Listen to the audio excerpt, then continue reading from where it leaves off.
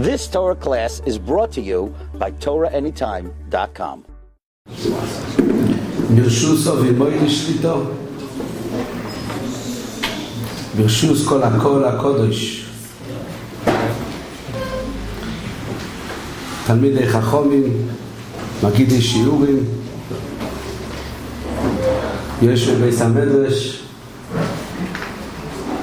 It is a great honor to have with us at this very special night Hagoin Reb Daniel Glatstein, Rav Kehilas Tiferes Mordechai of Cedarhurst, New York,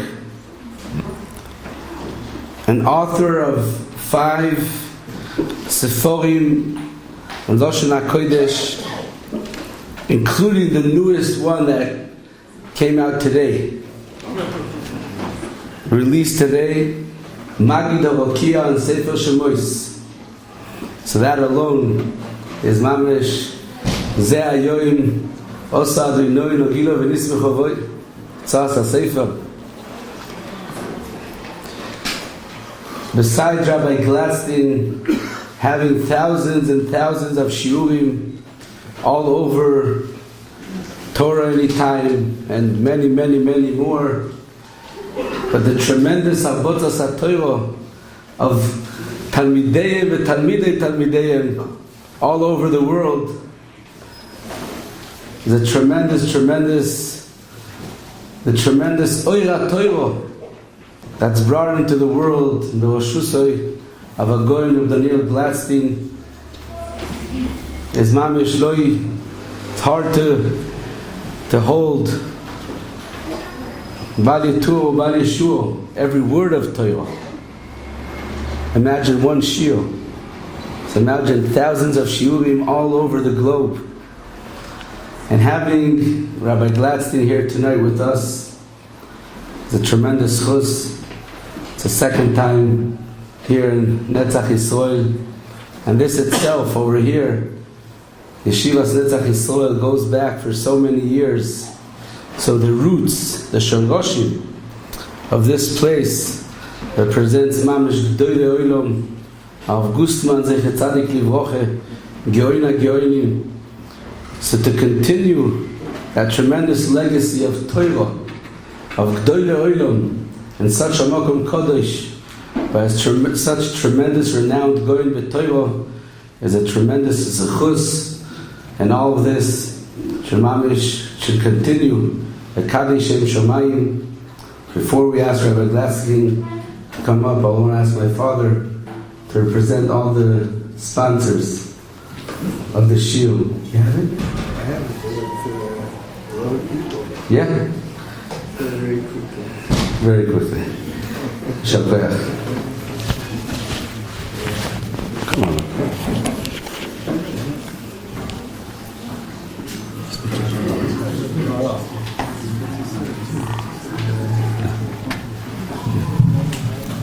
Station break here for the commercial.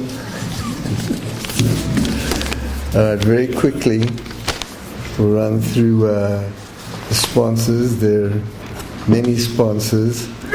It seems some I don't know if I was supposed to read it, but I have it. Okay. The first sponsor is apparently my wife and I. On the occasion of my birthday, which is tonight.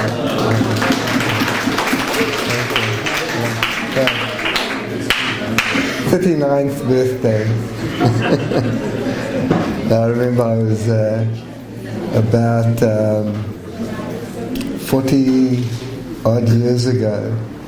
No, maybe it was 30 years ago. I was at a simcha of one of the Bachurim who was learning with one of my sons, and there's a lot of dancing. Afterwards, the Rosh Hashanah came and said, "Wow, there's really some dancing. How old are you?" Oh, I guess at the time I was about maybe about 60. So I said, "I'm 39." "Oh, 39," he said. and this is the way you're able to dance. I said, really? I generally tell people I'm 29, but since you know my son, I can't get away with it. All right, anyway.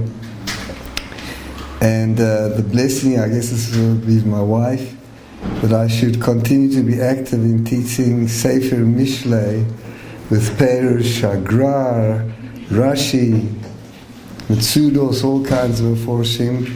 I give a shiur every night over the phone to the members of my family, children, grandchildren, great-grandchildren, and then we sing a song afterwards. Okay. Next sponsor, Rabbi Aaron Doston of Yibaneh of Yerushalayim. Then Dr. Neil and Miriam Cowell from Shari Chesed in honor of our friend of Judaism. See everywhere. Okay. Then Maya and Leigh Danziger of Shari Chesed and formerly of Lakewood in honor of Rabbi Glatstein and his incredible Torah Shiurim. Oh, then we have here, he looks half asleep. Wake up, baby.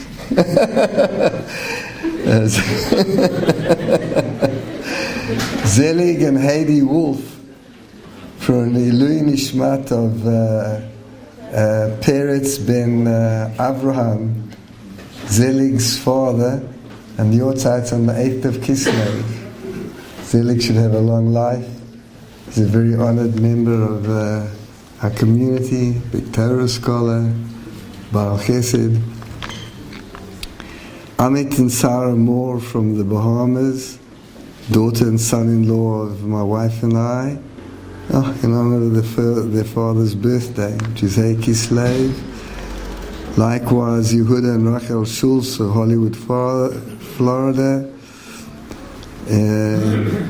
Also my daughter and her husband, happy birthday.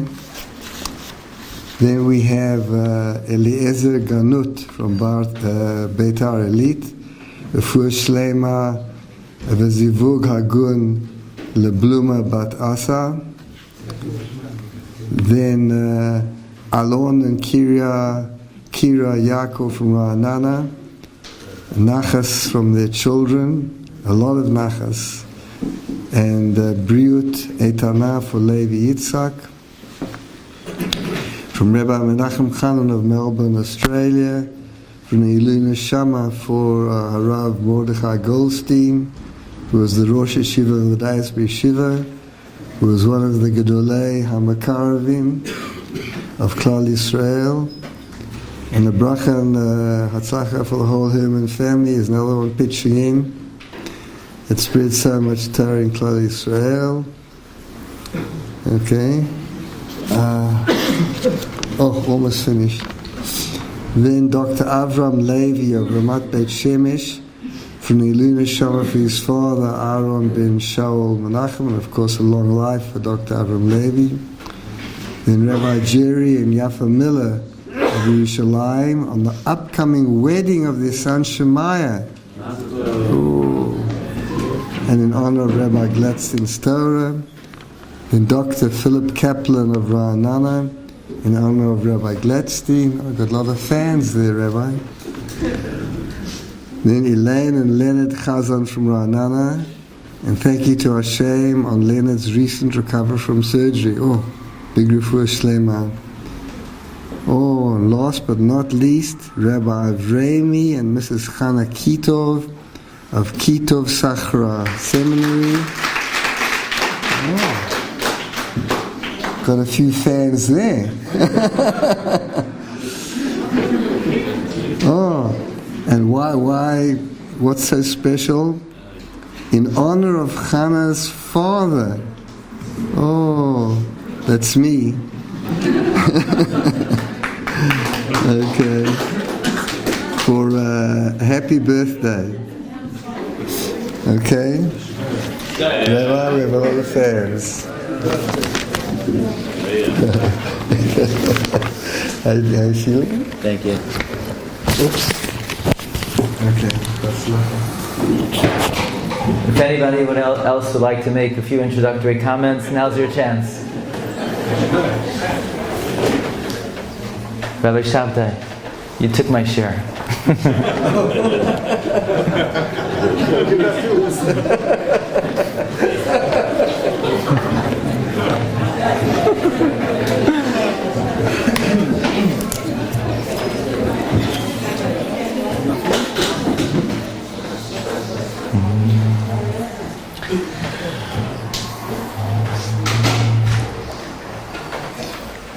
Welcome everybody. What a great zechus it is to be here in Yerushalayim.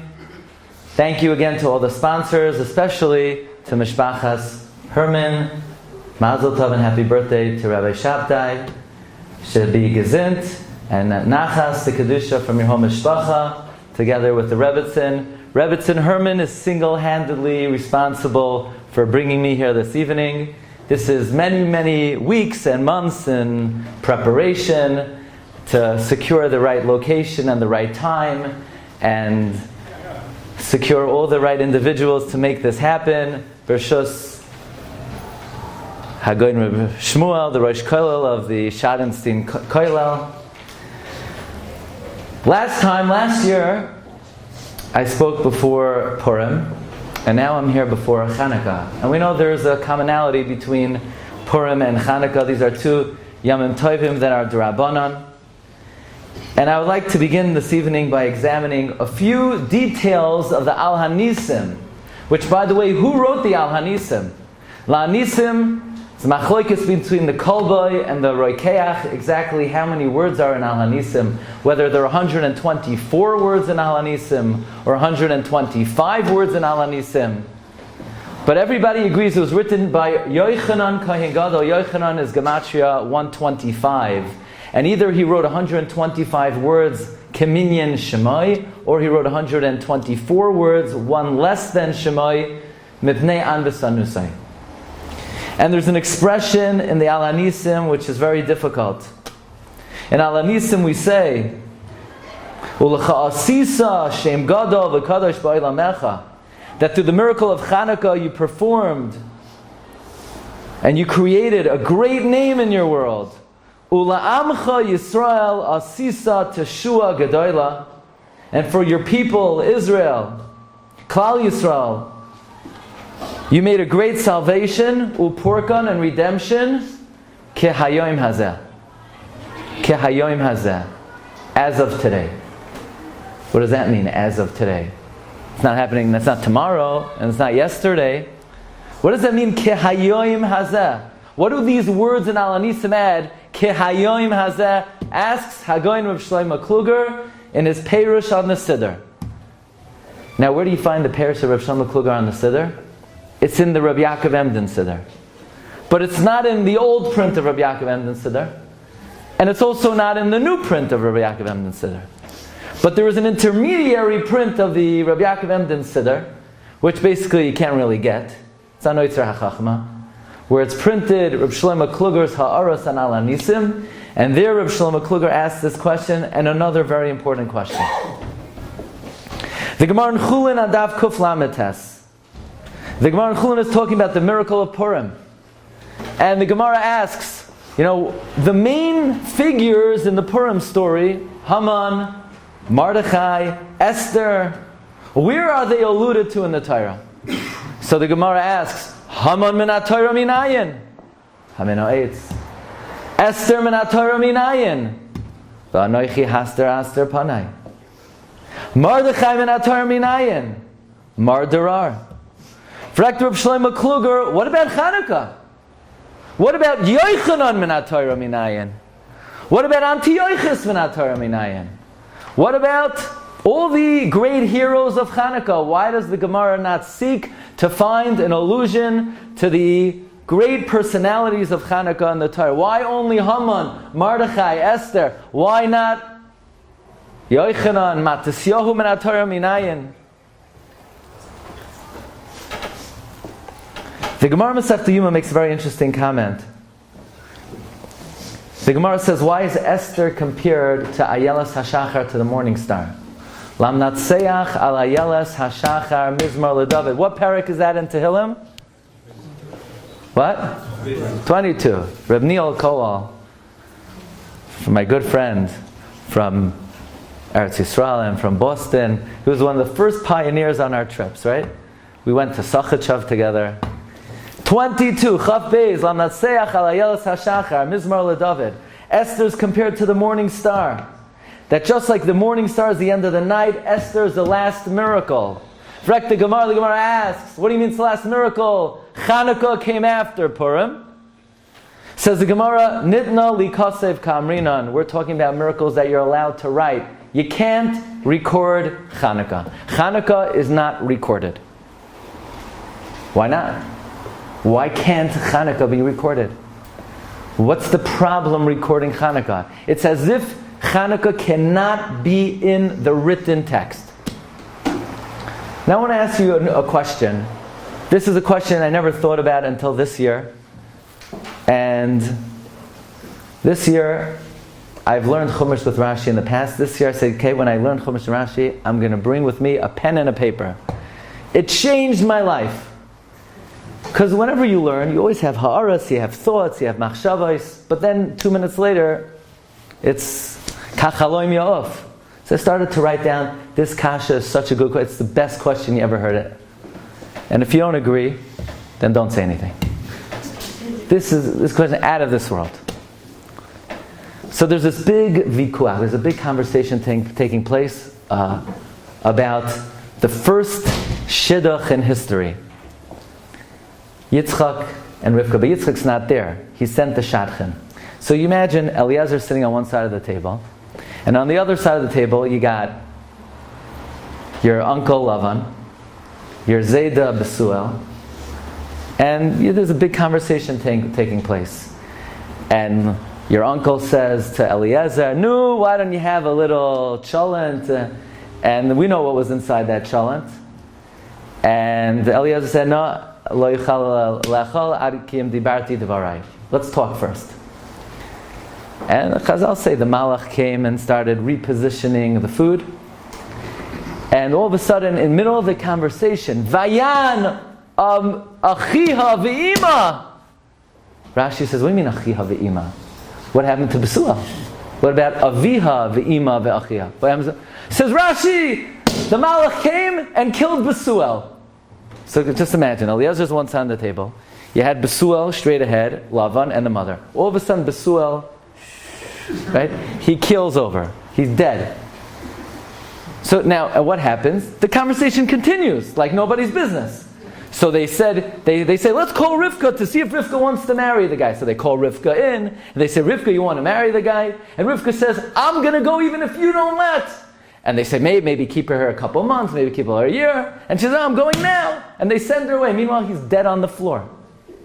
The man is dead on the floor. Could we find out? Did they call the Chaver Kadisha? Did they put him in the closet? Did they put him under the rug? Did they put a bag over his head? I mean, the main decider of whether the daughter is going to go through with the shidduch, he's lying there dead on the floor. Was there a hesped? Was there a shiva? Did they call Misaskim? What happened? Was there a Tara? The father died. Could you tell me what happened to him? No. It continues as usual, as if nothing happened. Well, he was lying there. Did they ever remove him? Is he still on the floor now? Maybe that would be a nice tiyul. We'll go to Haran to see Besuel on the floor. What happened to him? Maybe they should have said, you know what, Eliezer? Before we continue with this conversation, let's have a moment of silence for the dead father. No. Continues like nothing happened. What's going on over here? I have another kasha. This week's Parsha. Vayeitzey Yaakov mi Beersheva vayelech Harana. So Yaakov goes to Haran.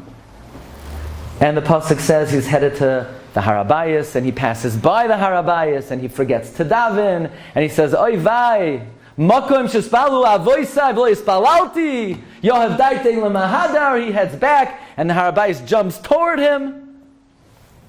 Vayishkav ba'makom hahu, says Rashi Loshen Miyot, ba'oisoi makom shachav, avol yodalit shana sheshimesh beveis ever, lo shachav b'layla.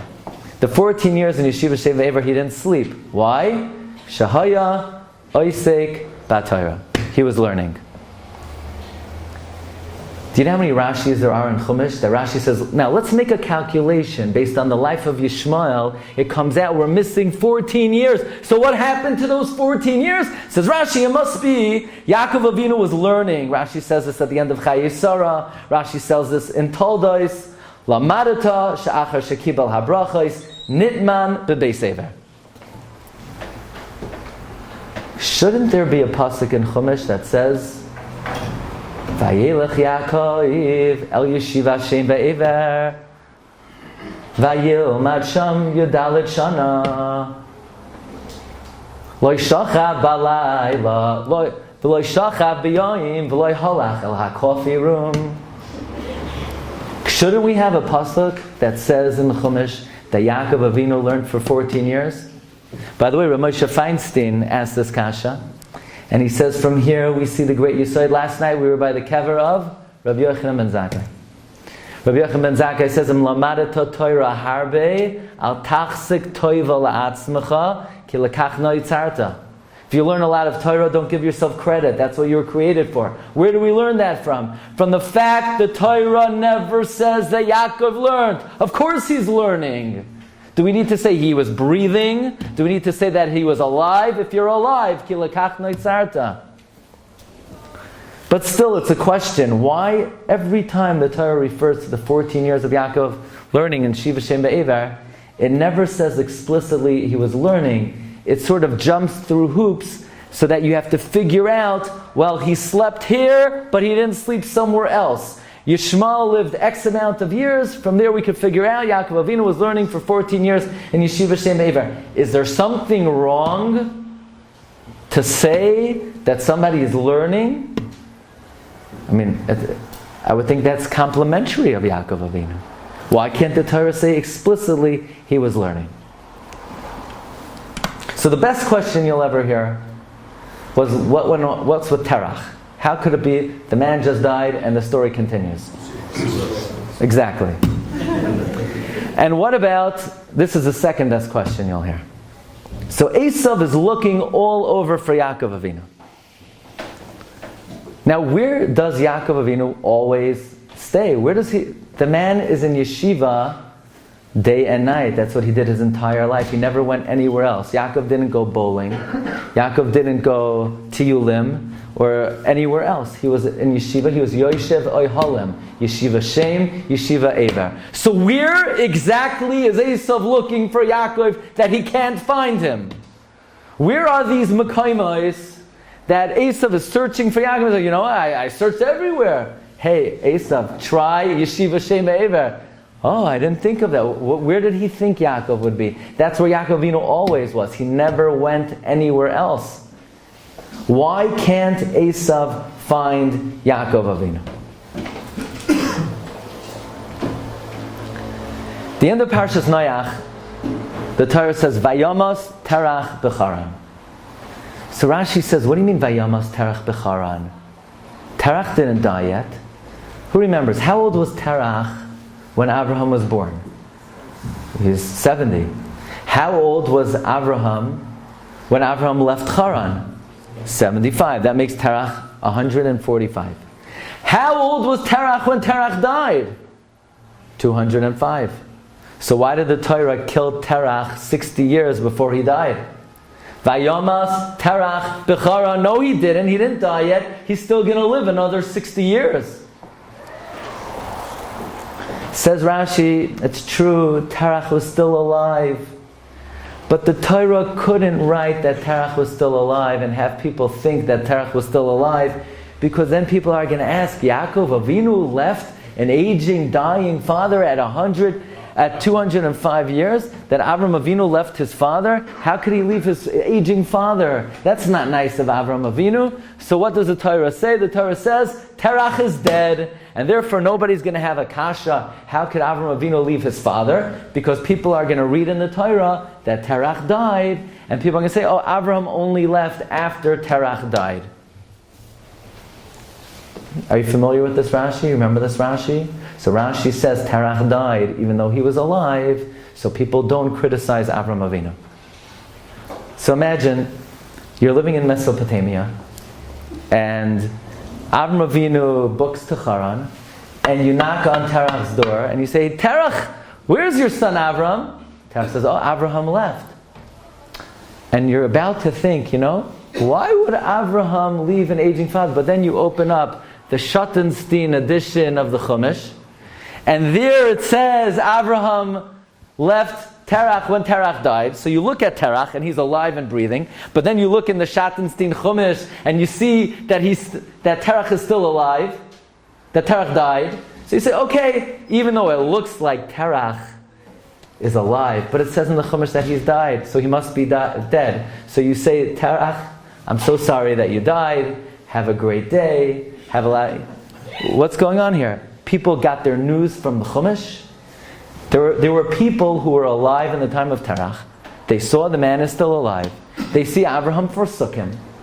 And there was no Chumash back in the time of Terach to begin with. So what's Rashi talking about? So that nobody criticizes Avram, that Avram left an aging father. The Torah wrote that Terach died. Who exactly is going to criticize Avram? We're going to criticize Avram? We're not going to criticize him.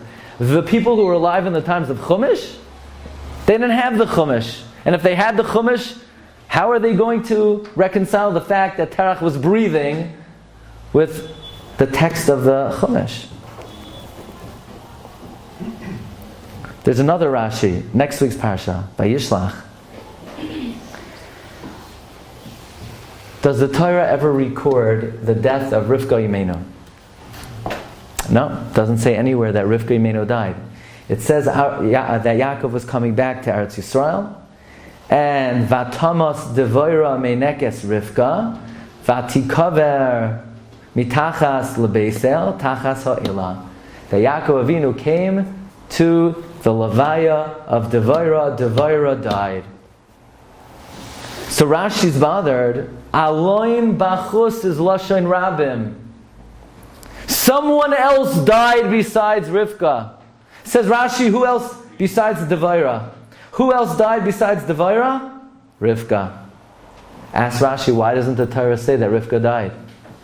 Says Rashi, the Torah hides the fact that Rivka died so that nobody curses the womb that produced Esav. This way nobody knows that Rivka died. What's Rashi talking about? So you're living there in the ancient land of the Hebrews, and you're walking down the street and you see them carrying the coffin, and you say, who's inside? Rivka. And you're about to curse. No, but the Torah doesn't say she died. So therefore what? You see that she's not alive. Of what relevance is it that the Torah doesn't record that Rivka died? The reality is she's not alive. So what do these Rashis mean? What's Rashi talking about? The Torah says Terach died, even though he didn't, so no one criticizes Avraham, but everybody knows Terach is still alive, everybody knows Rivka dies. What is Rashi talking about?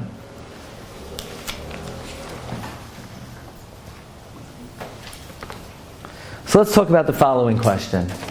What's the most important concept in the Torah? The most important yesod in the Torah is that Olam Hazeh Doime Lefroizdar B'fnei Ha'olam Haba. That this world is a corridor before the world to come. That this world is a preparation, a hallway before the great palace of Olam Haba. How many times is that yesod spoken about in the Chumash? How many times does the Torah talk about Olam Haba? It's not mentioned. The Torah doesn't talk about Olam Haba.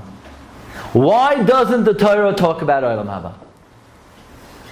That's the Yesod, HaChasidus, V'shoyresh, Ha'avoida, Ha'tamimahi, Sheyisbarer, V'yisametz, Eitzel Ha'adam, Ma'chayvasai Ba'ilamai.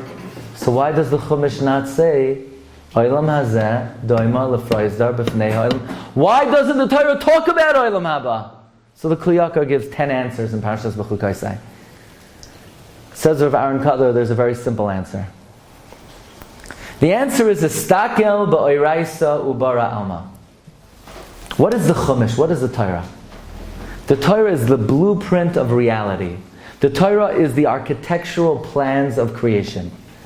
So if you hired an architect, and then you came to the building and you said, hey, Mr. Architect, why is there no basement in the building? Why didn't the builders build a basement? And then you look at the architectural plans, because it wasn't drawn up. Or if you wanted a den and you see no den was built, and then you look at the plans and there was no den in the plans, you understand why it wasn't built. The Torah is the architectural plan of reality. Whatever is in the Chumash is an open reality. Whatever is not in the Chumash is not in perceivable reality. The Rebbeinu Shem deemed that it is not possible for a human being while alive to see and recognize and perceive Olam Haba. And therefore Olam Haba cannot be in the Chumash. Because if it's going to be in the Chumash, then Ayin Ra'asa. But the Rebbeinu Shem wants Ayin Loi Ra'asa. The Rebbeinu Shem wants that we should not be able to see with our human eyes Olam Haba. So it can't be spoken about openly in the text. Whatever is open in the text is open in reality. What's not open in the text is not open reality. It doesn't mean it doesn't exist. It could be spoken about in the Torah Shabbat Peh. It could be inferred. It could be implied. Whatever is implied is in a more concealed reality. Whatever is stated is in an open reality. So therefore Olam Haba is not spoken about because it's not perceived openly. That's the aside of the Zayar HaKadosh, Istakel ba'oiraisa ubara alma. How did the Rebbeinu Shem create the world? The Nefesh HaChaim explains. The Rebbeinu Shem opened up the text and he read Bereshis bara Elokim, and he said the words Eis HaShamayim, and the Shamayim appeared. The Eis HaAretz, and the Aretz appeared. And the Rebbeinu Shem created parents through the mitzvah of Kibbut Av V'Em, and the Rebbeinu Shem created a Zroya through the mitzvah of Tefillin, and the Rebbeinu Shem created a Guf through the mitzvah of Tzitzis. And the Rebbeinu Shalom created birds through the mitzvah of Shiluach HaKein. The Torah creates reality. Whatever is not in the Torah, whatever is not spoken, is in a more concealed state of reality. Rav Hutner says, Chazal tells Yaakov Avinu lo meis. Yaakov never died. Yeah, but we're going tomorrow to the Maras HaMachpelah. Are you coming, by the way? You're coming? Very good. Thank you. We're going. If Yaakov is loy meis, so what are we going to the Maras Machpelah for? Why does Yaakov have a kever? So the Gemara says, no, mikra ani doiresh. I didn't say he didn't die. I darshan a pasuk. Yeah, what's the nafkamina whether you said he died or you darshan a pasuk that he didn't die? The answer is, if you say that he didn't die, then you're going to see him walking down the street. But if you darshan a pasuk that he didn't die, then of course he died in open reality. There's just a hidden, concealed dimension which we don't perceive that Yaakov Avinu didn't die. There are different dimensions of Torah and there are different dimensions of reality. And the different dimensions of reality correspond to the different dimensions of the Torah. Today we have the zchus to visit Rechayev Ha'ayin Ches, the Strauss Chatzar. And in this Chatzar lived, in 1904 came Rav Itzela Petterberg. 1906, Rav Naftali Amsterdam. Born into this Chatzar was Rav Simcha Zisel Broida, Rashiva of Hebron. What I would like to share with you now is a major offering of Rav Simcha Zisel in the Sefer Sam Derech, based on this principle of Estakel ba'oiraisa ubara alma. You know, we have in Parshas Behaloischa 2 upside down nuns. And we have 2 psukim there between the upside down nuns and 85 letters. And the Gemara wants to know, what exactly are these upside down nuns?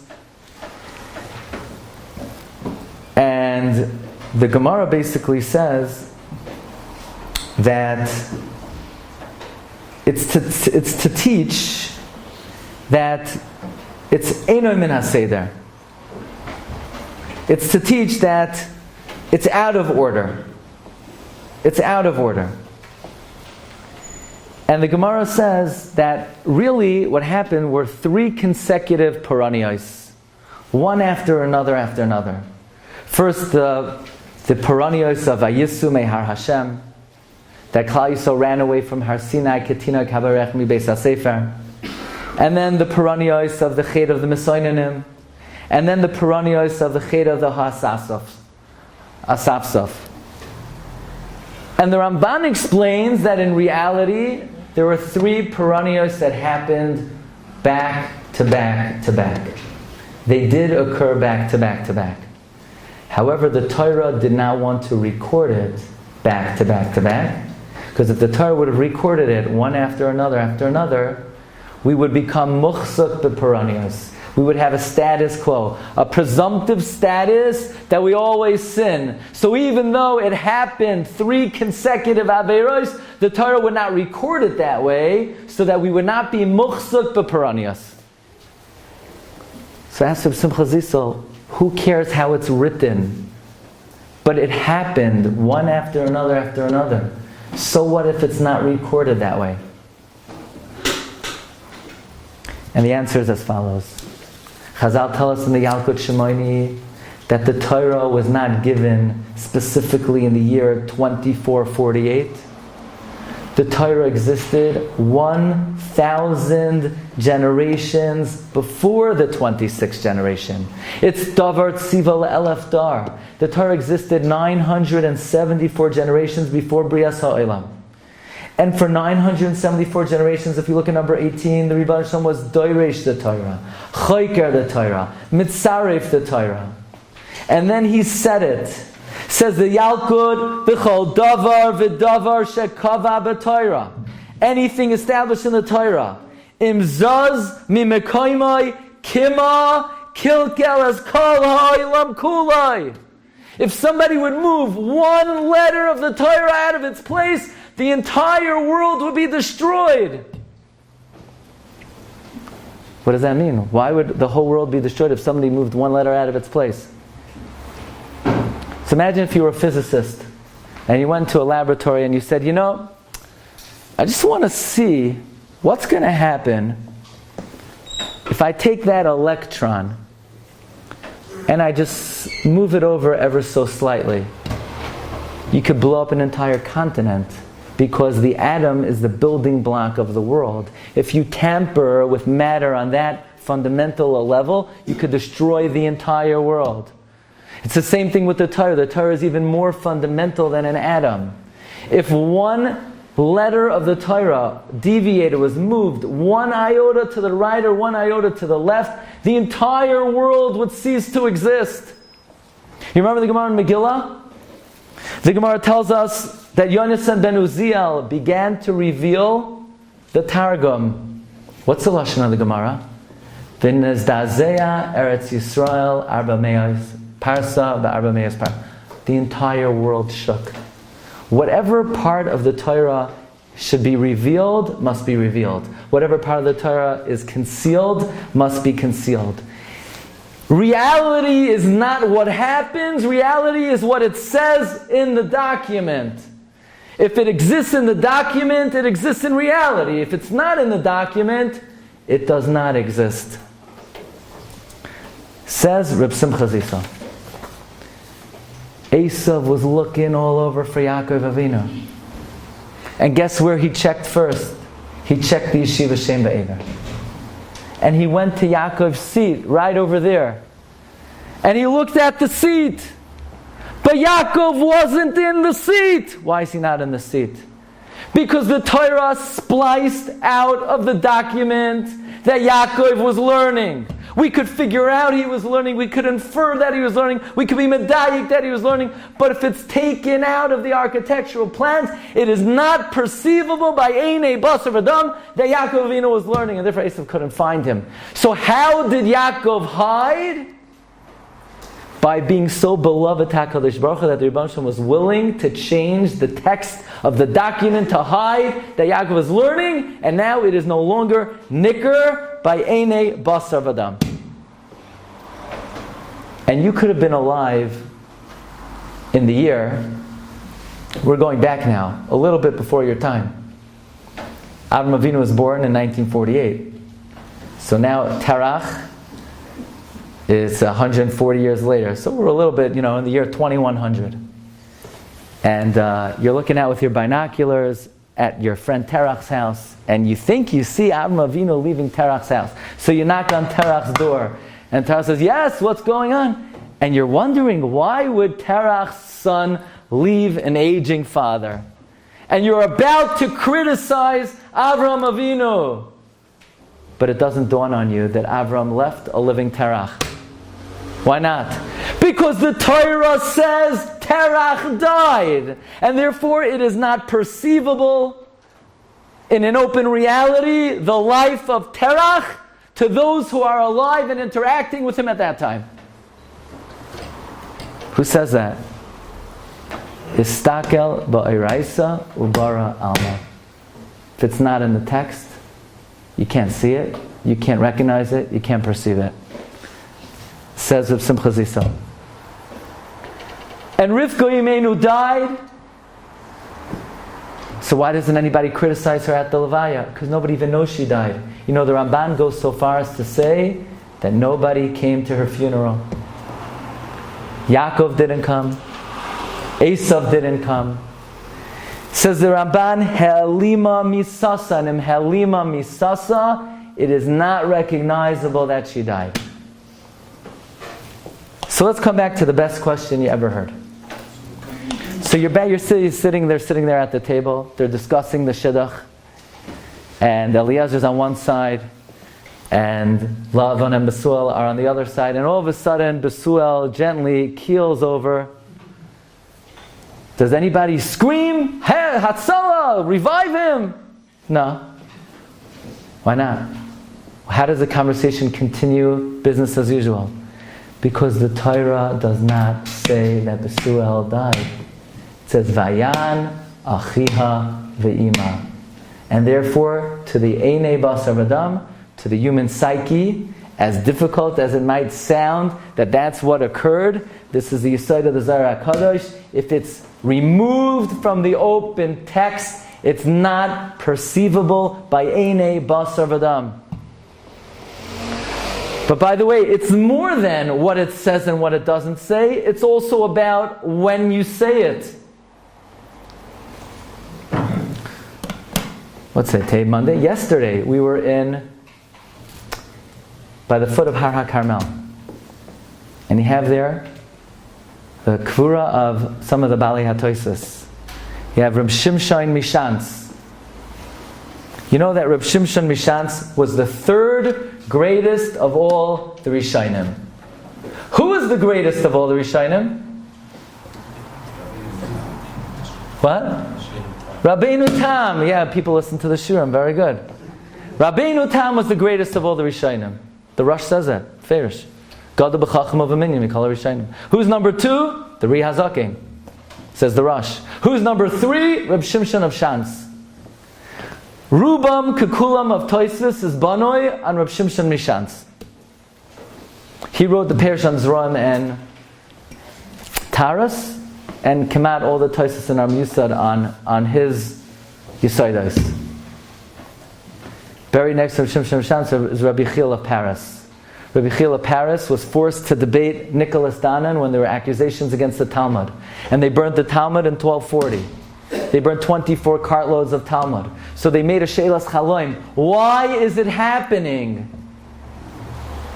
So it was said in a Sheilas Chaloim, it was happening, Da Gezerah Soiraisa, Zois Chukas HaTorah, Da Gezerah. So they made a tainis every Friday Parshas Chukas, says the Magen Avram, Yoim HaParsha Goyreim. The fact that you read Chukas the next day was Goyreim, a Gezerah against the Torah the day before. So it's not just what it says in the document affects and changes reality. It's when the document is read affects and changes reality. The Chayz of Lublin says that every time you read Parshas Boi, there's a ha'ara of Pesach, because since it talks about Yetzias Mitzrayim, it creates a ha'ara of Pesach. And when you read about Matan Torah, there's a ha'ara of Shavuos. That's why it's suggested that on Tisha B'Av, what do we lay on Tisha B'Av morning? Kisoy Lid Banim. What Parsha is that? Boaz Chanan. But that's the Parsha of that week. Exactly. Because if you would lay in any other Parsha on Tisha B'Av, let's say you would lay in Parshas Bereshis, then on Parshas Shabbos Bereshis, there would be a ha'ara of Tisha B'Av. And we don't want to have another Ha'ara of Tisha B'Av. So Anshe Chazal was masaking to read Va'eschanan on Tisha B'Av, because anyway that's the week of Va'eschanan. So when something is read in the Torah, affects what happens that time of the year. And if it's not in the Torah, that means it's not programmed into creation. You ready for this? Haman min ha-Torah minayin. Esther min ha-Torah minayin. Mordechai min ha-Torah minayin. The Gemara wants to know, Purim had to happen. Purim was a decree, says of Shlomo Kluger, against Klal Yisrael. That Klal Yisrael will be destroyed. But there'll always be Klal Yisrael. So if there'll always be Klal Yisrael, there has to be a Purim. So therefore, Haman min ha-Torah, Achashverosh, the Gemara doesn't ask, but Mordechai min ha-Torah, Esther min ha-Torah, because there has to be a Purim.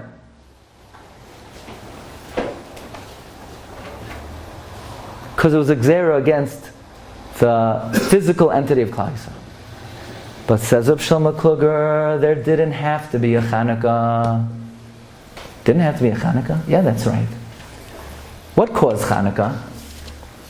What caused Chanukah? The Bach writes, they were Nisrashel ba'avoida. What does it mean Nisrashel ba'avoida? They came to Shul, but they came a little late. Now in Eretz Yisrael, nobody would ever think of bringing a phone into a Beis HaKnesses. In Eretz Yisrael, there's no such thing.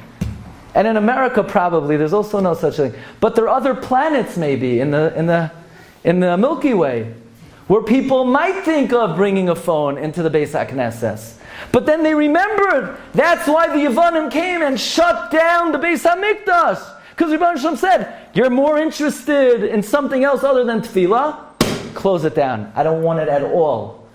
That's what happened by Chanukah. They came to the Beis HaMikdash. They were just Nisrashel in the Avodah in the Beis HaMikdash. They were interested in tefillah, but they were also interested in their phone. So Hashem said, if you're also interested in the phone, just take the phone and look at your phone. But I'm not giving you the Beis HaMikdash. Chanukah did not have to happen because we brought it on ourselves, says Reb Shlomo Kluger. And since we brought it on ourselves, it didn't have to happen. And it's up to us to get it back. It's our achrayus to get it back. And we might get it back, and we might not get it back. And it's up to us, the Bach writes, to be nischazek ba'avoida, and then we'll get it back. But Chanukah was not programmed into the Bria. And therefore there's no remez to Chanukah in the Torah. We were the ones who are nisrashel ba'avoida, and we're the ones who will be mechazek ba'avoida. And it was totally up to us. Every other miracle was part of the program. Chanukah was created by the Jewish people. And therefore, says of Shlomo Kluger, by the miracle of Chanukah, he says, by every other miracle, T'nai hisna HaKadosh Baruch Hu b'masa bereishis. So it's HaKadosh Baruch Hu did a miracle, Teshua Gedoylo Porkan, Miyamim Mikedem. But Chanukah is Teshua Gedoyla Uporkan Ki Ha-Yom Hazeh. It happened today. It was never decided before. It happened on that day. Klal Yisrael were mechazik ba'avoda. The Rebbe Shalom said, you want it? You create the miracle. That's the fundamental difference between Chanukah and Purim. This is all based on the Yesod. Istakel ba'iraisa ubara alma. To the level that something is kasuv v'chosum in the Torah, to that level something exists in the open reality. To the level that it's not written openly, it doesn't exist. Purim was a foregone conclusion. Haman min ha-Torah, Mordechai min ha-Torah, Esther min ha-Torah. But Chanukah was loy nitem li kasev, says Reb Shlomo Kluger. It could not be written down. It was something that was created by Klal Yisrael. And because of that, it's Yeshua Gedoyla Uforkan Kayem Hazeh. So says Reb Simcha Zissel, the next time you open up a Chumash, and you read the words, first of all, how careful you have to be with every detail and minutia of halacha and the words of the Torah and the words of Chazal, because if you move it one iota, mekalkel kol ha'olam kulai. But we also see something very great about the Avos HaKadoshim. If Chazal say that if one detail of the Chumash, if it would move out of place, the whole world would be destroyed, think about what HaKadosh Baruch Hu did to save the life of Yaakov Avinu. The Rebbe Shem was willing to tamper with the text just to protect Yaakov Avinu from Esav. Think about how chaviv the Avos were to HaKadosh Baruch Hu, how chaviv Yaakov Avinu was to HaKadosh Baruch Hu, that the Rebbe Shem was willing to change the text just to protect Yaakov Avinu. Vayeitzey Yaakov mi Beersheva, vayilech Harana, vayishkav b'makom hahu. There he slept. But the Yud Dalet Shana in the Yeshiva Shem Be'ever lo shachav b'layla. This is the great matana that HaKadosh Baruch Hu gave us, and through our limud HaTorah then, says Or HaChaim HaKadosh, Koi Omar Boira'acha Yaakov. Literally the pasuk means, so says your Creator, Kama Yaakov. But the Or HaChaim HaKadosh says it means, Koi Omar Boira'acha Yaakov. Who creates the world? Who affects the world? Who controls the happenings of the world? Klal Yisrael, who is Loimei Torah. That through this blueprint that is given, that is nimsar to Klal Yisrael, we control the destiny of the world. Not everything that happens is pre-programmed into the Torah. There are certain things that were nimsar to us. That's the miracle of Chanukah. May we be zoicha to be able to access the great koyach and the great kedusha and the great energy of Torasenu HaKadosha. We should be zoicha to all birchas HaTorah, oirech yomim b'mina, smayla oishe v'chavoid, Adonai yozlam o yitain, Adonai yivarech samay v'ashalim. You've just experienced another Torah class brought to you by TorahAnytime.com.